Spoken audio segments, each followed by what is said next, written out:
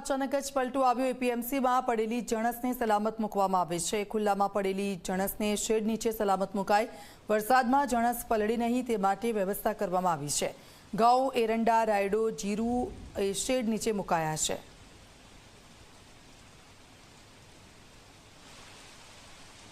ખેડૂતે પકવેલો માલ એ સુરક્ષિત જગ્યાએ રાખે અને આવનારા સમયમાં જે વરસાદથી જે નુકસાન થતું હોય એનાથી બચે। અહીં પણ આ 4-5 દિવસ દરમિયાન જે આગાહી આપવાની આગોતરા આયોજનની સૂચના આપવામાં આવી છે અને એના અનુસંધાને પણ અમે અમારા ઓક્શન શેડ પણ તેઓ પાર્કિંગ ન કરતો ખેડૂતોના માલ માટે અને વેપારીઓને પણ જાણ કરવામાં આવી છે કે આ દરમિયાન પોતાનો ખુલ્લામાં માલ ન રાખે અને તાડપત્રી કે અન્ય એવી વ્યવસ્થા હોય તો જેથી કરી અને વરસાદના પાણીથી માલને નુકસાન થતું અટકે। તો મહીસાગર જિલ્લામાં ગાજવીજ સાથે વરસાદ વરસ્યો। વીજળી પડતા 2 પશુઓના પણ મોત થયા છે। કડાણા તાલુકાના ડીટવાસ ગામે આ ઘટના બની છે।